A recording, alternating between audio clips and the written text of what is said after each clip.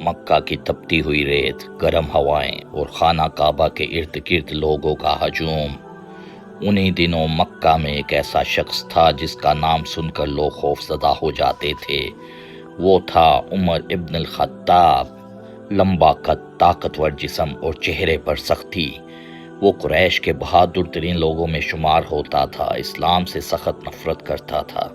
جب بھی کوئی اسلام قبول کرتا عمر ایسے سخت تکلیف دیتے، مسلمان ان کے خوف سے کانپ اٹھتے تھے، لیکن اللہ نے عمر کے لیے کچھ اور ہی فیصلہ کر رکھا تھا۔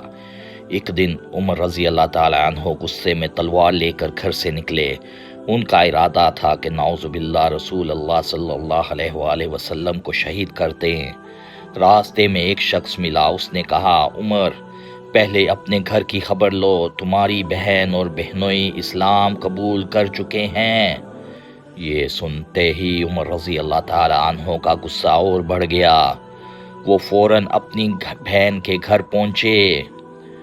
گھر کے اندر سے قرآن کی تلاوت کی آواز آ رہی تھی۔ سورۃ طٰہٰ ما انزلنا علیک القرآن۔ عمر نے زور سے دروازہ کھولا۔ سب گھبرا گئے۔ انہوں نے اپنے بہنوئی کو مارا اور بہن کو بھی دھکا دیا۔ ان کی بہن کے چہرے سے خون بہنے لگا، لیکن وہ ڈری نہیں۔ انہوں نے کہا، ہاں ہم اسلام لا چکے ہیں، اب جو کرنا ہے کر لو۔ یہ الفاظ عمر کے دل پر بجلی بن کر گرے۔ پہلی بار ان کا دل نرم پڑنے لگا۔ عمر نے کہا، مجھے وہ صحیفے دو جو تم پڑھ رہے تھے۔ بہن نے جواب دیا، تم ناپاک ہو، پہلے غسل کرو۔ عمر رضی اللہ تعالی عنہ نے غسل کیا، پھر قرآن پاک ہاتھ میں لیا۔ جیسے ہی انہوں نے آیات پڑھی، ان کی آنکھوں کا غصہ ختم ہونے لگا۔ دل کانپ اٹھا، آنکھوں میں آنسو بھر آئے۔ انہوں نے آہستہ سے کہا، یہ انسان کا کلام نہیں ہو سکتا۔ اسی لمحے ہدایت کی روشنی ان کے دل میں اتر چکی تھی۔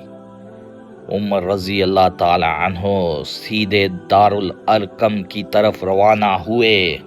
دارالارقم وہ جگہ جہاں رسول صلی اللہ علیہ وآلہ وسلم صحابہ کو خفیہ طور پر اسلام کی تعلیم دیتے تھے۔ دروازے پر زور کی دستک ہوئی، صحابہ گھبرا گئے۔ کسی نے کہا، عمر آیا ہے، اس کے ہاتھ میں تلوار ہے، لیکن رسول اللہ صلی اللہ علیہ وآلہ وسلم نے فرمایا، دروازہ کھولو۔ دروازہ کھلا، عمر اندر داخل ہوئے۔ سب کی نظریں عمر رضی اللہ تعالی عنہ پر جم گئی۔ رسول اللہ صلی اللہ علیہ وآلہ وسلم آگے بڑھے۔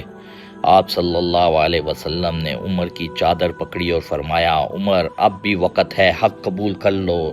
یہ سنتے ہی عمر کی آنکھوں میں آنسو آ گئے۔ انہوں نے بلند آواز میں کہا، اشہد ان لا الہ الا اللہ واشہد ان محمدًا رسول اللہ۔ پورا گھر تکبیر سے گونج اٹھا، اللہ اکبر۔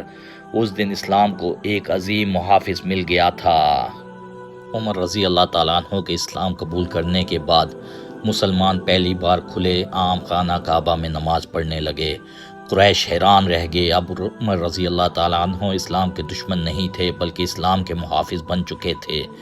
ہر جنگ میں بہادری سے لڑتے، دشمن ان کا نام سن کر خوف زدہ ہو جاتے، لیکن ان کی سب سے بڑی طاقت صرف بہادری نہیں بلکہ انصاف تھا۔ رسول اللہ صلی اللہ علیہ وآلہ وسلم کے وصال کے بعد حضرت ابوبکر صدیق خلیفہ بنے۔ اس کے بعد حضرت عمر رضی اللہ تعالیٰ عنہ مسلمانوں کے دوسرے خلیفہ بنے۔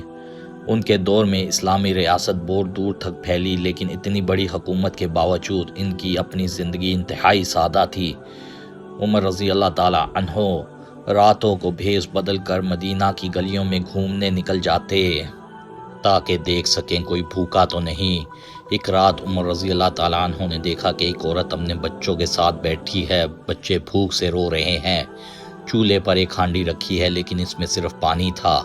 عورت بچوں کو دھوکہ دے رہی تھی تاکہ وہ سمجھیں کھانا پک رہا ہے اور سو جائے۔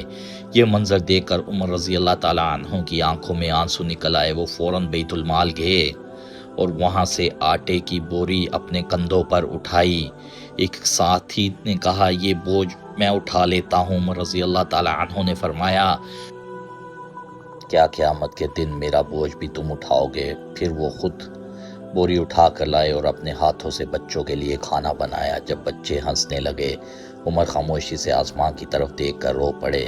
عمر رضی اللہ تعالیٰ عنہ کا انصاف پوری دنیا میں مشہور تھا، امیر اور غریب سب کے سامنے برابر تھے۔ وہ فرمایا کرتے تھے اگر دریائے فرات کے کنارے ایک کتا بھی بھوکا مر جائے تو عمر رضی اللہ تعالیٰ عنہ سے سوال ہوگا۔ اس لیے لوگ ان کے دور میں کو انصاف کا دور کہتے تھے۔ ایک دن فجر کی نماز کے دوران ایک مجوسی نے خنجر سے حملہ کر دیا۔ مسجد میں شور مچ گیا، لوگ رونے لگے۔ حضرت عمر رضی اللہ تعالیٰ عنہ کا خون بہہ رہا تھا، لیکن عمر رضی اللہ تعالیٰ عنہ کوئی فکر کیا تھی؟ انہوں نے پوچھا لوگوں کی نماز مکمل ہو گئی؟